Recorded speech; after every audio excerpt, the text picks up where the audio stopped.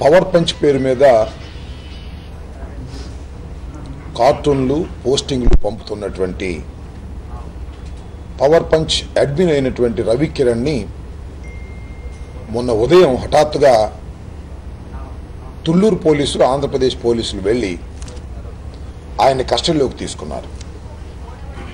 తీసుకొని మళ్ళా ఈరోజు ఉదయం మళ్ళా 3-4 గంటల మధ్యలో తీసుకువెళ్ళి మళ్ళా వాళ్ళ ఇంటి దగ్గర వదిలిపెట్టారు. ఎందుకు ఆయన కస్టడీలోకి తీసుకున్నారో, ఎందుకు మళ్ళా తీసుకెళ్లి జాగ్రత్తగా ఇంటి దగ్గర వదిలిపెట్టారో సమాధానం చెప్పవలసినటువంటి బాధ్యత ఏపీ పోలీసులకు ఉన్నదని మనవి చేస్తున్నాం. నిజంగా ఈ పవర్ పంచ్ అడ్మిన్ అయినటువంటి రవి కిరణ్ అనేక సందర్భాల్లో అనేకమైనటువంటి పోస్టులు పెడుతున్నటువంటి వ్యక్తి. రవి కిరణే కాదు, ఈ రాష్ట్రంలో, ఈ దేశంలో, ప్రపంచంలో అనేక మంది సోషల్ మీడియాలో అనేకమైన పోస్టింగ్లు పెడుతున్నారు. జగన్మోహన్ రెడ్డి గారి మీద పోస్టింగ్లు పెట్టారు, చంద్రబాబు నాయుడు గారి మీద పోస్టింగ్లు పెట్టారు, మోడీ గారి మీద పోస్టింగ్లు పెట్టారు, రాహుల్ గాంధీ మీద పోస్టింగ్లు పెట్టారు, సోనియా గాంధీ గారి మీద పోస్టింగ్లు పెట్టారు, అనేకమైనటువంటి వ్యంగ్య పోస్టింగ్లు పెట్టారు. అవి చూసి చాలా మంది ప్రజలు చాలా బ్రహ్మాండంగా ఉన్నాయని మెచ్చుకున్నారు. బహుశా నా మీద పోస్టింగ్ పెడితే నాకు నచ్చకపోవచ్చు తప్ప ప్రజలు వాటిని చూసి చాలా ఆనందపడటమే కాకుండా దానిలో వాస్తవాలను గమనించగలుగుతున్నారు.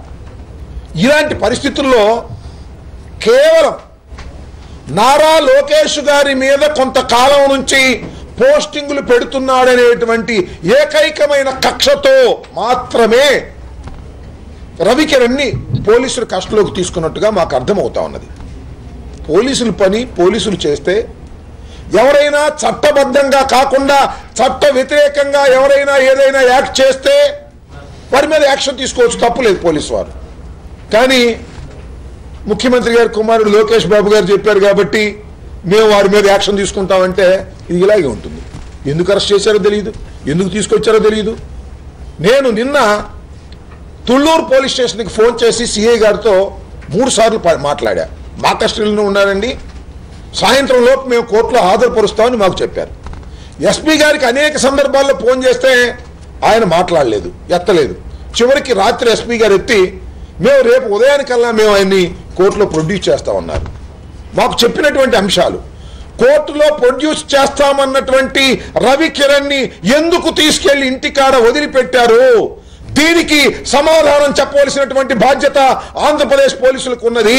నేను ఒకటే మనవి చేస్తున్నా, ఏదైనా ఒక చట్ట వ్యతిరేకమైనటువంటి కార్యకలాపాలు చేసిన వారి మీద తప్పనిసరిగా వారిని పోలీసులు యాక్షన్ తీసుకోవాల్సినటువంటి అవసరం ఉన్నది. కానీ ఇక్కడ చట్ట వ్యతిరేకమైన కార్యకలాపాలు ఏం చేయటం లేదు.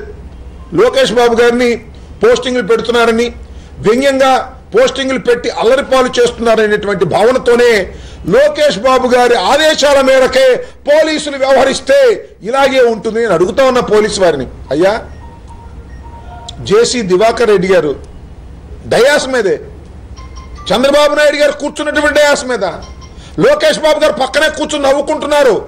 జగన్మోహన్ రెడ్డి గారిని వ్యధవా అని మళ్ళీ విత్డ్రా చేసుకున్నాడు. దాని మీద మీరేం యాక్షన్ తీసుకోరా?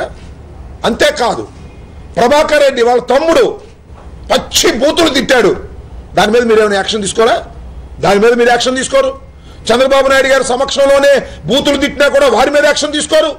చంద్రబాబు నాయుడు గారు కూడా వారిని ఒక పన్నెత్తి మాట కూడా అండు. సోషల్ మీడియా మీద మాత్రం నిప్పులు జరుగుతున్నారు. సోషల్ మీడియా హద్దులు మీరుతుందట. నీ ఎమ్మెల్యేలు హద్దులు మీరుతున్నారు. నీ ముందే ప్రతిపక్ష నాయకుడిని ఇష్టం వచ్చినట్టుగా మాట్లాడుతుంటే తప్పన్న పాపానక పోని ఓ నారా చంద్రబాబు నాయుడు, ఏమిటి అన్యాయం అంటున్నా? ఒక రవి కిరణ్ అనే వ్యక్తి, వెబ్ డిజైన్ చేసే వ్యక్తి పోస్టింగ్లు పెడితే కొంపేమన్నా అంటుకుపోయిందా? మా మీద కూడా పోస్టింగ్లు పెట్టారు, చూశాం, నవ్వుకున్నాం, వదిలేశాం. రాహుల్ గాంధీ మీద పోస్టింగ్లు పెట్టారు, చూశారు, నవ్వుకుంటారు, వదిలేస్తారు. మోడీ మీద పోస్టింగ్లు పెట్టారు, చూశారు, నవ్వుకుంటారు, వదిలేస్తారు. అయ్యయ్యో, ఇది ఎక్కడ అన్యాయం అండి? మా బాబు గారి మీద, మా కుమారుడు గారి మీద అసలు పోస్టింగ్లే పెట్టడానికి వీల్లేదు అనేటువంటి భావనతో ఎందుకున్నారంటే అభద్రతాభావం. లోకేష్ బాబు గారు మెచ్యూరిటీ లేనటువంటి వ్యక్తి. నేను అడుగుతా ఉన్నా, మామిడికాయ కాస్తుంది లేదా ఏదైనా ఒక కాయ కాస్తుంది, ఆ కాయ పిందలోనే కోసి ముగ్గేస్తే ఏమవుతుంది? కుళ్ళిపోతుంది. నారా లోకేష్ బాబు గారి పరిస్థితి కూడా అంతే. మెచ్యూరిటీ లేనటువంటి వ్యక్తి, బుర్రలో గుజ్జు లేనటువంటి వ్యక్తి. అతన్ని తీసుకొచ్చి సాక్షాత్తు మంత్రివర్గంలోనే మంత్రిగా చేసి 3 శాఖలు అప్పచెబితే ఏం చేస్తాడు? గిలక్కాయలాగా ఆడుకుంటాడు. చూశాం మొన్న మనం. ఏం చేశాడు? ఈ రాష్ట్రంలోనంట ఏ గ్రామంలో కూడా మంచినీళ్లు లేనటువంటి పరిస్థితి తీసుకొస్తాడట. అలాంటి వ్యక్తిని తీసుకొచ్చి మీ అబ్బాయి కదా అని చెప్పేసి నెత్తినెక్కించుకుంటే పోస్టింగ్లు పెట్టక ఏం చేస్తారు చెప్పమంటున్నా. అదేమంటే మా అబ్బాయి అమెరికాలో చదివాడు, స్టాన్ఫర్డ్ యూనివర్సిటీలో చదివాడు, కార్నిజీ మిలోన్ యూనివర్సిటీలో చదివాడు.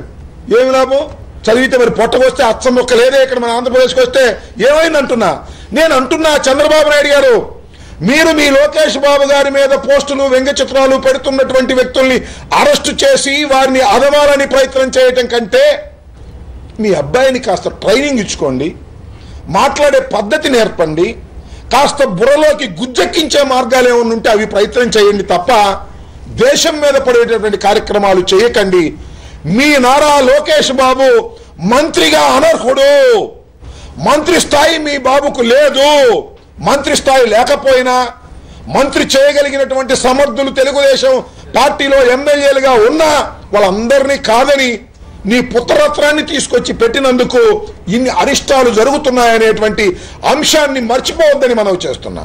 ఎంత దారుణమండి. పోలీసు వారికి మనవి చేస్తున్నా, మీరు చేయాల్సిన పని ఏమిటి? ఎక్కడైనా లా అండ్ ఆర్డర్ భంగం కలిగితే లేదా చట్ట వ్యతిరేకంగా ఉన్న ప్రయత్నం చేస్తే వారిని అరెస్ట్ చేయాలి, వారి మీద కేసులు పెట్టాలి.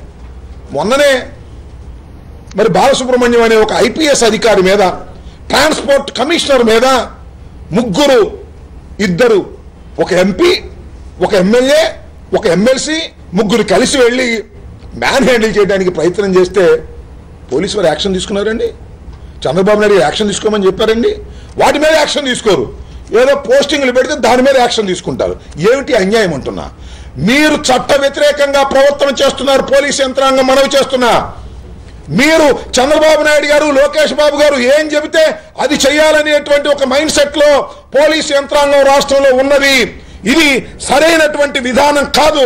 అదేమంటే చెప్తున్నారు, తుళ్ళూరు పోలీస్ స్టేషన్లోనంట కంప్లైంట్ ఇచ్చారంట. ఎవరో జనార్దన్ అనే ఎమ్మెల్సీ గారు ఏదో జరిగిందని కంప్లైంట్ ఇస్తే సత్యనారాయణ గారు అదేమో పోలీసు వారికి ఇస్తే పోలీసు యంత్రాంగం మొత్తం కదిలిపోయింది. ఎస్పీ గారు, అడిషనల్ ఎస్పీ గారు అందరూ తుళ్ళూరులోనే ఉన్నారు. ఏం కంప్లైంట్కి పోయింది అంటున్నా నేను. ఇలాంటి జరుగుతూ ఉంటాయి రాష్ట్రంలో. జరుగుతూ ఉంటే చూసి చూడనట్టు పోవాలి తప్ప అదో కంపౌండ్కి పోయినట్టు అభద్రతాభావంతో మిమ్మల్ని మీరు కించపరుచుకునేటువంటి పద్ధతుల్లో మీరు వ్యవహరిస్తున్నారు. ఇది సరైనటువంటి విధానం కాదని మనం చేస్తున్నా. ఇవాళ నేను ఒకటే అడుగుతా ఉన్నా, అందరూ ఆంధ్రప్రదేశ్ ప్రజలందరూ కూడా సోషల్ మీడియా వైపు చూస్తున్నారు.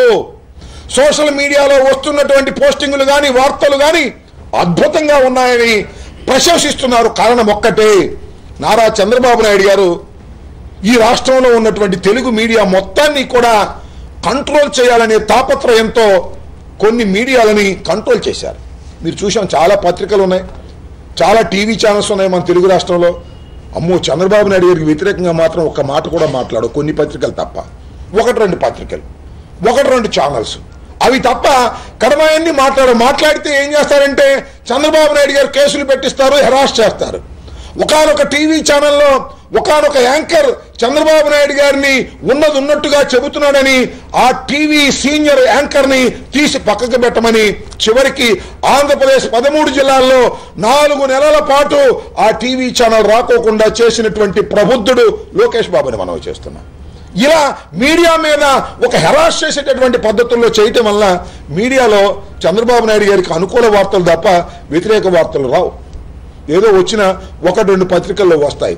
కాబట్టి సోషల్ మీడియా యాక్టివ్ అయిపోయి సోషల్ మీడియాలో చంద్రబాబు నాయుడు గారికి, తెలుగుదేశం పార్టీకి, అలాగే లోకేష్ బాబు గారి గుజ్జులేని బుర్ర గురించి విపరీతంగా పోస్టింగ్లు వస్తుంటే అవి చూస్తున్నారు ప్రజలు, వాస్తవాలు తెలుసుకుంటున్నారు. ఒక చోట గుప్పెడు పట్టుకుంటే మరొక చోట వస్తుంది. వాస్తవాలు ఆగవనే విషయాన్ని కూడా దయచేసి చంద్రబాబు నాయుడు గారు గమనించాలని మనం చేస్తున్నాం. ఇలాంటి దౌర్భాగ్యమైనటువంటి పనులు చేస్తున్నారు. నేను అడుగుతా ఉన్నా, 2015లో జస్టిస్ చలమేశ్వర్ గారు ఒక జడ్జిమెంట్ ఇచ్చారు ఈ ఐటీ యాక్ట్ మీద. ఏంటంటే 67 అనేది బుక్ చేశామని చెప్తున్నారు ఎవరు, ఎస్పీ గారు మన రవికిరణ్ మీద. దానిలో ఏ విధమైన అరెస్టులు చేయడానికి వీల్లేదు అనేది చాలా స్పష్టంగా ఉంది. భావ ప్రకటన స్వేచ్ఛను హరించేటటువంటి హక్కు ఎవరికీ లేదు. కాకపోతే ఎదుటి వాళ్ళని దూషించేటటువంటి పద్ధతుల్లోనూ ఎదుటి వాళ్ళకి ఇబ్బంది కలిగేటువంటి పద్ధతులను చేయకూడదు తప్ప, అది చేసినా కూడా వాటిని తొలగించాలి తప్ప అరెస్టు చేసేటటువంటి హక్కు లేదనే విషయాన్ని మన సుప్రీంకోర్టు జడ్జిమెంట్ ఒకటి ఉంది, జస్టిస్ చలమేశ్వర్ గారు వేసినటువంటి జడ్జిమెంట్. కానీ ఇవేం చూసుకోరు. ఏదో ఒక విధంగా మన లోకేష్ బాబు గారు చెప్పారు కాబట్టి ఆయన పట్టుకొచ్చి జైల్లో పెట్టి ఆయన బాధించి ఆయన భయపెట్టి ఇక కూడా వేయటానికి వీలు లేకోకుండా చేయాలని ప్రయత్నం చేస్తున్నా. నేను మనవి చేస్తున్నా, సోషల్ మీడియాని కంట్రోల్ చేయాలని ప్రయత్నం చేస్తే చంద్రబాబు నాయుడు గారు అది కంట్రోల్ కాకపోగా మిమ్మల్ని మింగుతుందని మనవి చేస్తున్నా. వాళ్ళ పవర్ పంచి మీరు చూసి భయపడుతున్నారు. నేను మనవి చేస్తున్నా, ఇలా భయపడితే మీ పవర్కే పంచర్ వేసేటటువంటి పరిస్థితి ఈ సోషల్ మీడియాకు వస్తుంది. ఇవాళ మీరు ఆంధ్రప్రదేశ్లో ఉన్న మీడియాని మీరు దౌర్జన్యం చేసి బ్లాక్మెయిల్ చేసి మీరు వశపరుచుకోవడం వల్లనే సోషల్ మీడియా ఇంత బ్రహ్మాండంగా యాక్టివ్గా పనిచేస్తున్నది. సోషల్ మీడియా ఇవాళ 5th ఎస్టేట్గా ముందుకు వస్తున్నది. వాళ్ళ 4th ఎస్టేట్స్ మనకు ఉన్నాయి. ఒకటి ప్రజాస్వామ్యంలో శాసనాలు చేసేది, ఎగ్జిక్యూటివ్, మీడియా, జ్యుడిషియరీ. ఇవి కాకోకుండా సోషల్ మీడియా ఒక 5th ఎస్టేట్గా ఇవాళ వచ్చి ప్రజల మన్నన పొందుతున్నది. దీనిలో తప్పులుంటాయి కొన్ని, నేను కాదనడం వల్ల. సోషల్ మీడియాలో అన్నీ కరెక్ట్గా ఉంటాయని కాదు, కానీ వాస్తవాలను అతి దగ్గరగా చూపించగలిగింది వాళ్ళ సోషల్ మీడియాని ఆంధ్రప్రదేశ్లో అనే భావన రాష్ట్ర ప్రజలకు ఏర్పడింది. ఆ రాష్ట్ర ప్రజలకు ఏర్పడినటువంటి భావాన్ని మీరు భరించలేకపోతున్నారు. గొంతు నొక్కాలని ప్రయత్నం చేస్తున్నారు. గొంతు నొక్కాలని ప్రయత్నం చేస్తే సోషల్ మీడియా గొంతు నొక్కలేరు. నేను అడుగుతా ఉన్నా, అరచేతిని అడ్డుపెట్టి సూర్యకాంతిని ఆపగలుగుతారా? రవికిరణ్ని మీరు ఆపగలుగుతారా? వేల రవికిరణలు, లక్షల రవికిరణలు ఉద్భవిస్తారనే విషయాన్ని దయచేసి మర్చిపోవద్దని మనవి చేస్తున్నా. కేవలం సోషల్ మీడియాలో పోస్టింగులు పెట్టినందుకే ఇంత దారుణంగా పోలీస్ వ్యవస్థ వ్యవహరించడం సరైనటువంటి పద్ధతి కాదు. మీరు అతన్ని రాంగ్ఫుల్ రిస్ట్రైన్ చేశారు. అవసరమైతే న్యాయస్థానాలకు వెళ్ళి మీ సంగతి కూడా తేలుస్తామని మనవి చేస్తున్నా. పోలీసు వారు చంద్రబాబు నాయుడు జేబులో బొమ్మలుగా వ్యవహరిస్తున్నారు. పోలీసు వారు లోకేష్ బాబు జేబులో బొమ్మలుగా వ్యవహరిస్తున్నారు. అలా వ్యవహరిస్తే తప్పనిసరిగా చట్ట ప్రకారంగా మేము పోలీసు వారి మీద కూడా చర్యలు తీసుకుంటామనేది గమనించమని మనం చేస్తున్నా. ఏది పడితే అది చేయడానికి మీరు పోలీసు వ్యవస్థ ఉండటానికి వీల్లేదు. సమాజంలో చట్టాలని కాపాడవలసినటువంటి బాధ్యత పోలీసు వారికి ఉన్నదని మనం చేస్తున్నాం. నిన్న ఎస్పీ గారు చెప్పారు మేము ఆల్రెడీ కస్టడీలోకి తీసుకున్నామని. మరి ఎందుకు వదిలేశారో నాకు తెలియదు. మరి బెయిల్ మీద వదిలేశారో లేకపోతే మళ్ళీ హాజరు కమ్మన్నారని చెప్తున్నారంట. ఎందుకు హాజరు కమ్మంటున్నారో దీని మీద పోలీసు వ్యవస్థ తక్షణమే వివరణ ఇవ్వాలని వైఎస్ఆర్ కాంగ్రెస్ పార్టీ డిమాండ్ చేస్తున్నది. అలా వివరణ ఇవ్వకపోతే మీ మీద లీగల్ యాక్షన్కి వైఎస్ఆర్ కాంగ్రెస్ పార్టీ వెళుతుందని ఈ సందర్భంగా తెలియపరుస్తున్నాం.